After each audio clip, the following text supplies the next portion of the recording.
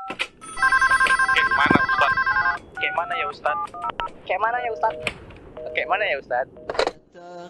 Assalamualaikum warahmatullahi wabarakatuh. Apa kabarnya nih keluarga muslim? Semoga selalu diberikan kesehatan sekeluarga dan diberi kemudahan segala urusannya. Alhamdulillah, kita ketemu lagi nih kawan-kawan di program kesayangan kita. Masih di KMU. Kayak mana ya Ustadz? Nah, kali ini kita masih berada di kota Medan. Dan kita sudah menerima pertanyaan dari beberapa warga Medan. Kira-kira pada mau tanya apa aja ya sama Ustadz? Ya udah yuk kita langsung saja ke pertanyaan pertama. Tetap di KMU. Kayak mana ya Ustadz?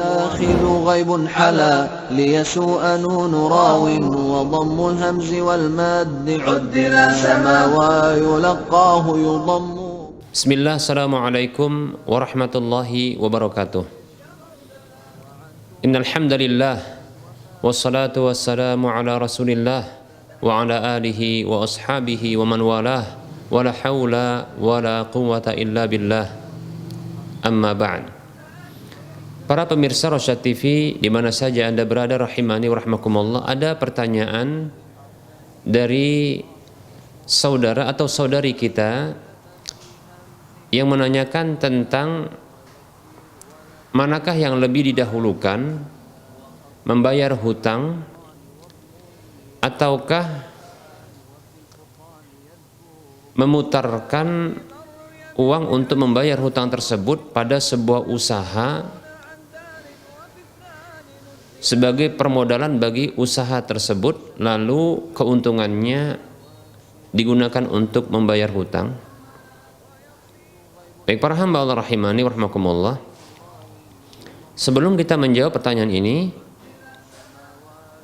seperti biasa kita ucapkan syukran jazilan wa jazakallahu khaira wa barakallahu fiik. Semoga Allah subhanahu wa ta'ala menjauhkan kita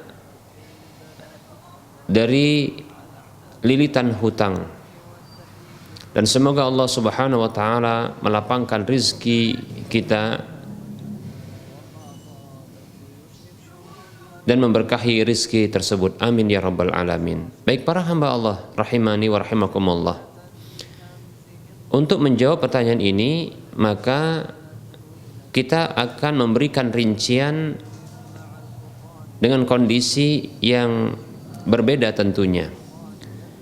Rincian yang pertama dengan kondisi yang pertama, yaitu apabila hutang tersebut telah jatuh temponya, maka tentunya wajib untuk segera membayar hutang tersebut di waktu jatuh temponya.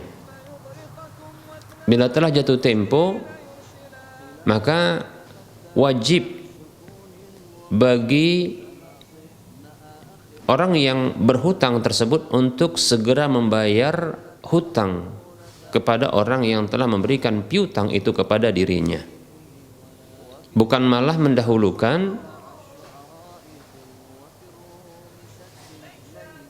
untuk memutarkan uang tersebut pada usaha sebagai permodalan bagi usaha tersebut.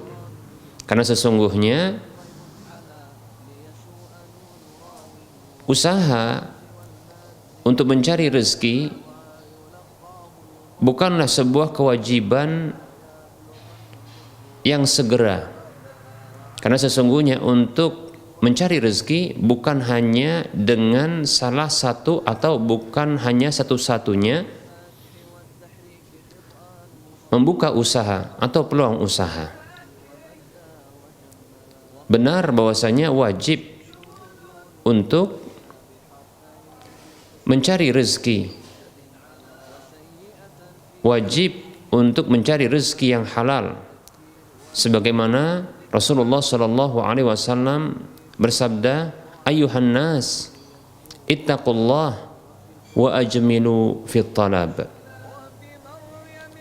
Rasulullah SAW bersabda dalam sebuah hadis yang diriwayatkan oleh Imam Ibnu Majah dalam kitab sunannya, disahihkan oleh Syekh Al-Albani rahimahullahu taala, "Wahai manusia, bertakwalah kepada Allah dan perbagus dalam mencari rezeki."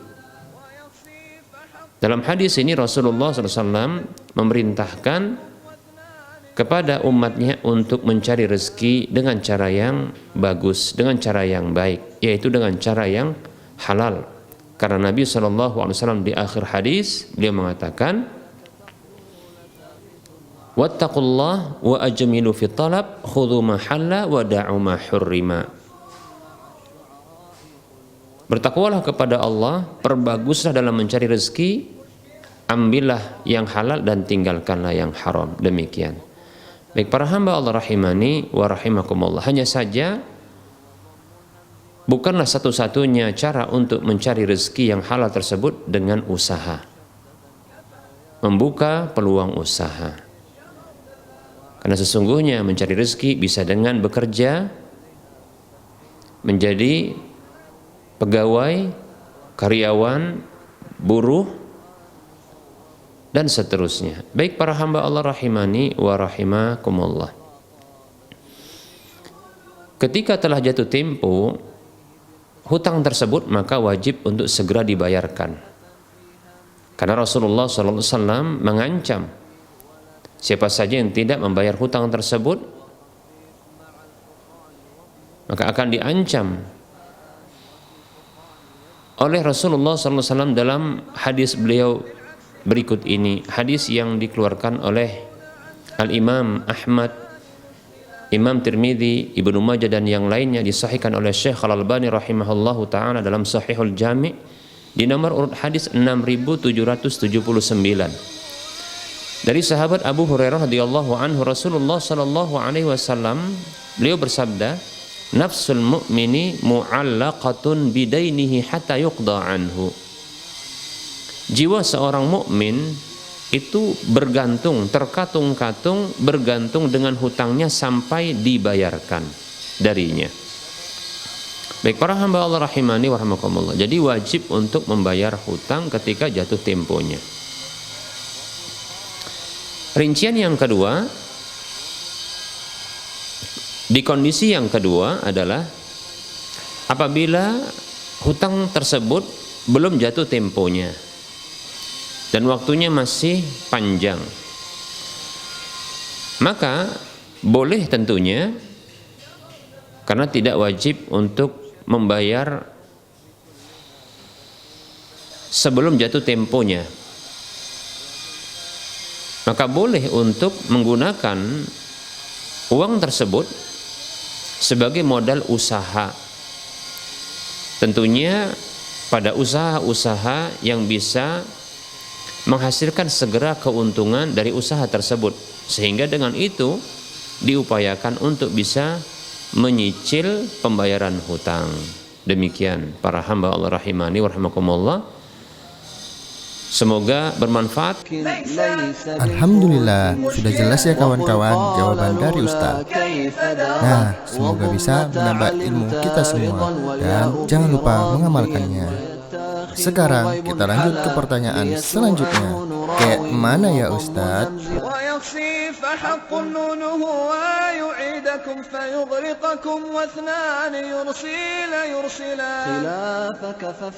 Bismillah, assalamualaikum warahmatullahi wabarakatuh.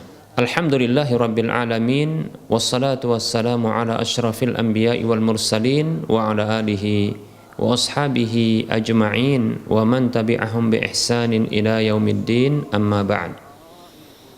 Para pemirsa Rosyad TV di mana saja Anda berada rahimani wa rahimakumullah. Ada pertanyaan dari saudara kita yang menanyakan tentang hukum sholat di antara tiang-tiang.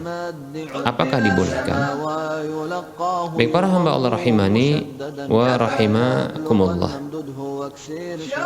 Sebelum kita menjawab pertanyaan ini, terlebih dahulu seperti biasa kita ucapkan syukran jazilan wa jazakallahu khaira kepada sang penanya. Semoga Allah Subhanahu wa taala memberikan kepada kita semangat untuk terus mempelajari agamanya.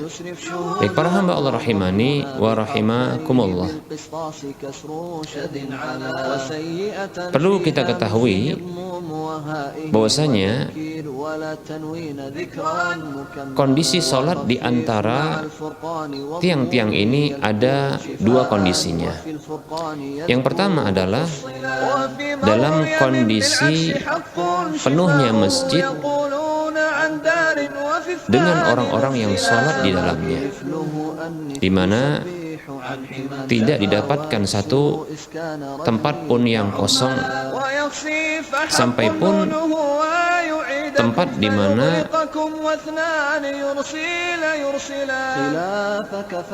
terdapat di masjid tersebut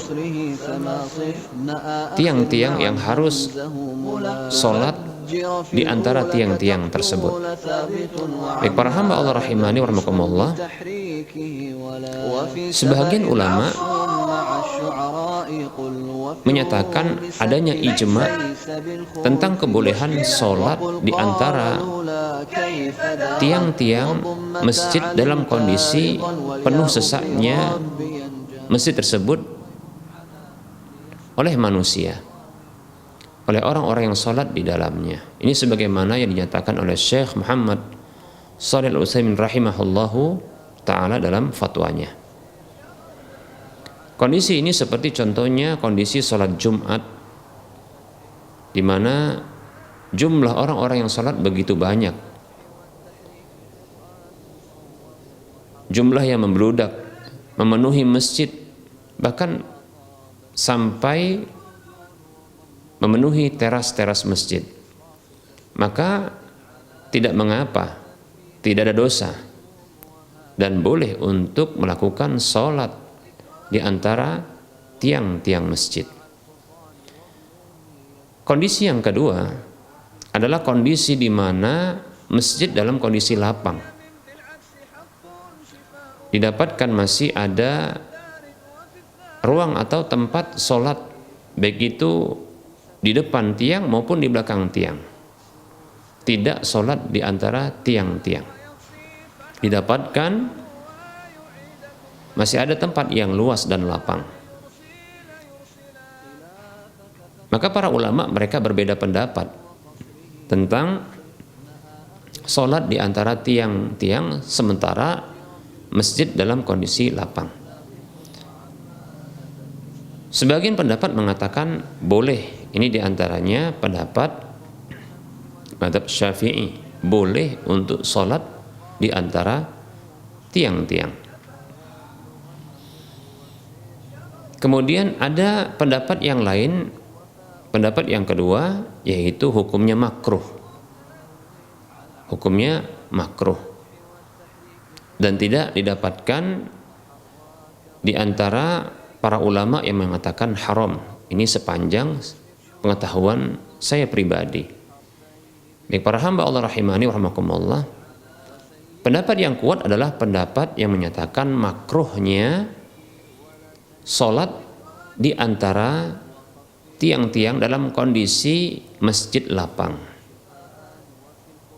Maka hendaknya menjauhi tiang, baik itu memenuhkan dengan di sebelah depan tiang atau di sebelah belakang tiang, dengan menghindari tiang-tiang tersebut.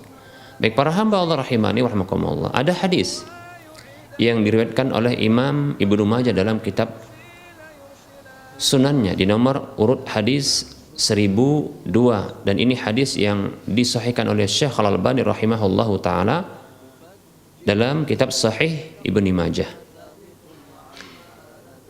Hadis dari Muawiyah ibnu Qurrah dari ayahnya radhiyallahu anhu, ia mengatakan, kunna nunha an-nasuffa baina sawari ala ahdi Rasulillah sallallahu alaihi wasallam wa nutradu anha tardan. Kata beliau radhiyallahu anhu, dahulu kami dilarang untuk mendirikan saf membuat saf di antara tiang-tiang di masa Rasulullah SAW. Tentunya maksud dari larangan ini adalah larangan dari Nabi SAW. Dan kami dijauhkan, benar-benar dijauhkan dari tiang-tiang tersebut. Baik para hamba Allah rahimani wa rahimakumullah. Pendapat yang benar adalah larangan ini berhukum makruh. Larangan ini berhukum makruh, demikian. Begitu juga ada hadis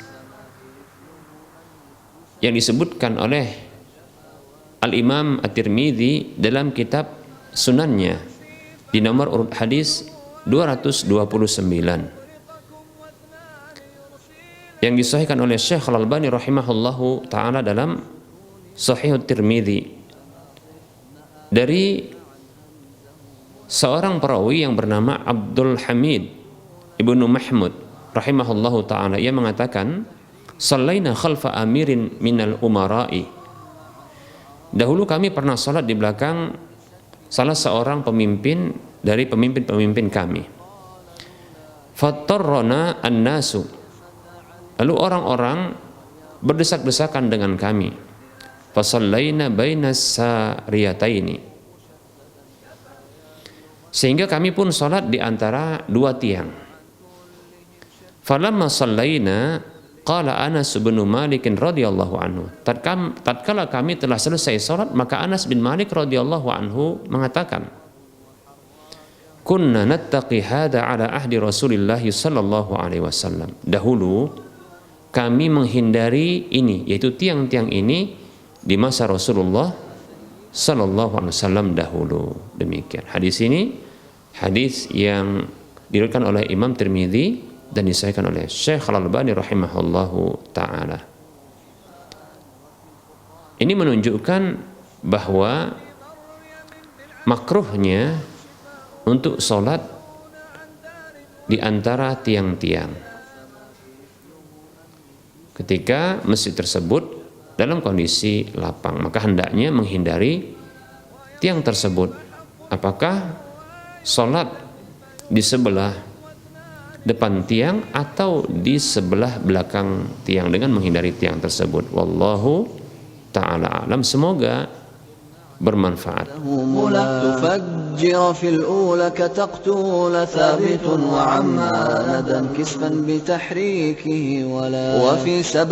Bismillah, assalamualaikum warahmatullahi wabarakatuh. Alhamdulillahilladzi arsala rasulahu bil huda wa dinil haqqi liyudhhirahu 'alad dini kullihi wa kafa billahi shahida. Wa asyhadu an la ilaha illallah wahdahu la syarika lah wa asyhadu anna Muhammadan abduhu wa rasuluhu la nabiyya ba'dah. Amma ba'du. Para pemirsa Rasyad TV di mana saja Anda berada, rahimani wa rahimakumullah. Alhamdulillah, ada pertanyaan dari saudara kita yang ia mengatakan bahwa ia baru saja mengenal sunnah. Alhamdulillah. Semoga Allah Subhanahu wa taala menetapkan hati kita di atas hidayah Islam dan hidayah sunnah sampai Allah mewafatkan kita. Amin ya rabbal alamin. Beliau bertanya, beliau berkeinginan untuk senantiasa membiasakan membersihkan mulut, gosok gigi atau bersiwak sebelum berwudu. Hanya saja beliau mengalami kelupaan dan teringatnya setelah selesai berwudu. Apakah boleh berwudu? Apakah boleh menggosok gigi atau membersihkan mulut dan gigi, bersiwak setelah berwudu? Baik. Para hamba Allah rahimani wa rahimakumullah, sebelum kita menjawab pertanyaan ini, seperti biasa terlebih dahulu kita ucapkan syukran jazilan wa jazakallahu khaira wa barakallahu fik. Semoga Allah Subhanahu wa taala senantiasa memberikan hidayahnya kepada kita di atas jalannya sampai nanti Allah mewafatkan kita. Amin ya rabbal alamin. Baik para hamba Allah rahimani wa rahimakumullah. Sesungguhnya membersihkan mulut dengan bersiwak, demikian pula gigi, itu adalah sesuatu yang sangat dicintai oleh Allah Subhanahu wa taala. Selain untuk membersihkan mulut dan gigi, bersiwak ini ternyata diridhoi oleh Allah Subhanahu wa taala. Dalam hadis yang dikeluarkan oleh Imam Ahmad, Imam Baihaqi, Ibnu Majah dan yang lainnya dari beberapa sahabat seperti dari sahabat Abu Bakar, dari Ibunda Aisyah, demikian pula Abu Umamah radhiyallahu anhum ajma'in. Rasulullah sallallahu alaihi wasallam beliau bersabda, "As-siwaku matharatun lil fammi mardatun lirabbi." Kata Nabi sallallahu alaihi wasallam, bersiwak itu membersihkan mulut, wa mardatun lirabbi, sekaligus membuat Allah Rabb kita ridha.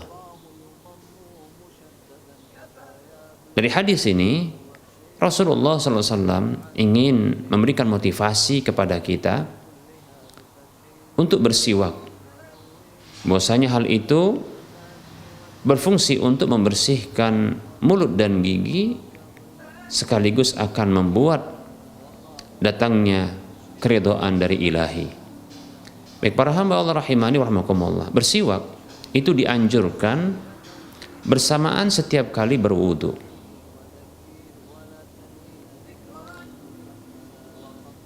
Sebagaimana dalam sebuah hadis yang diriwayatkan oleh Imam Ahmad dan yang lainnya, Rasulullah sallallahu alaihi wasallam beliau bersabda, "Laula an asyqa ala ummati la amartuhum bisiwaki ma'a kulli wudu'in." Kata Nabi SAW, kalaulah tidak memberatkan umatku, tentulah aku akan perintahkan mereka untuk bersiwak bersamaan setiap kali berwudu. Dalam riwayat yang lain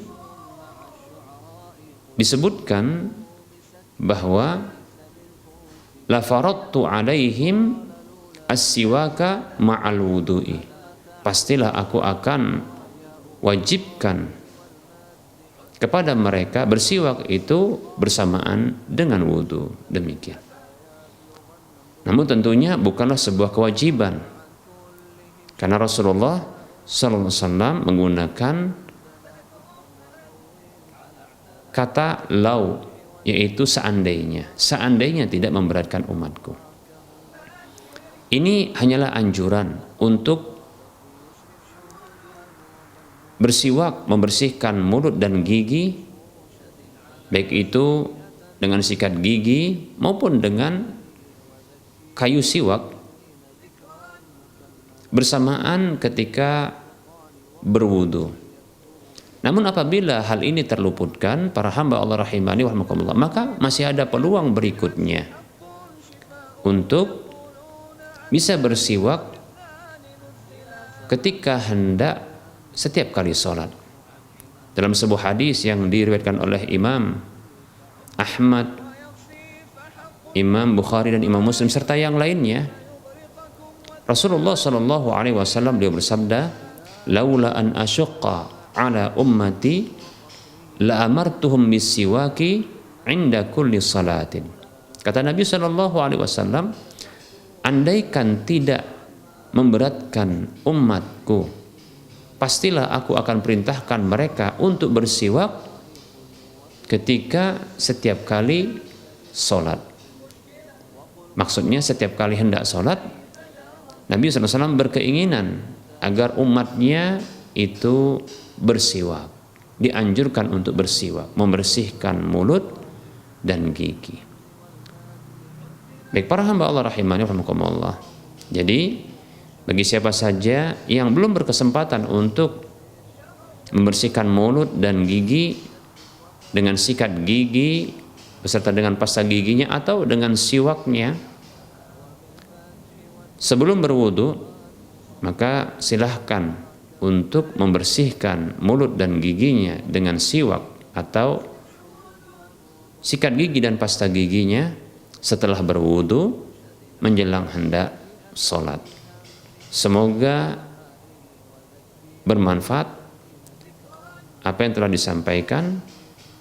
Wassallallahu ala Muhammad wa ala alihi wa ashabihi ajma'in. Subhanakallahumma wa bihamdika asyhadu an la ilaha illa anta astaghfiruka wa atubu ilaika. Walhamdulillahi rabbil alamin. Wassalamualaikum warahmatullahi wabarakatuh. Bagi kamu yang mempunyai pertanyaan perihal agama, silahkan kirim video pertanyaan kamu menggunakan HP atau kamera ke nomor WhatsApp 0822 8888 6630 atau kirim ke email kami rasyad.tv@gmail.com dengan format isi video, nama, alamat, dan pertanyaan yang akan kamu tanyakan. Ayo kirim pertanyaan kamu dan tunggu jawabannya di Kemyu. Kayak mana ya Ustadz? Alhamdulillah, kita telah sampai di pertanyaan terakhir hari ini. Nah, semoga apa yang disampaikan Ustadz tadi bisa menambah ilmu agama kita semua. Ingat ya kawan-kawan, menuntut ilmu agama itu wajib loh atas setiap muslim. Dan terima kasih telah menyaksikan episode Kemyu kali ini. Insya Allah, sampai jumpa lagi di episode-episode Kemyu berikutnya. Assalamualaikum warahmatullahi wabarakatuh.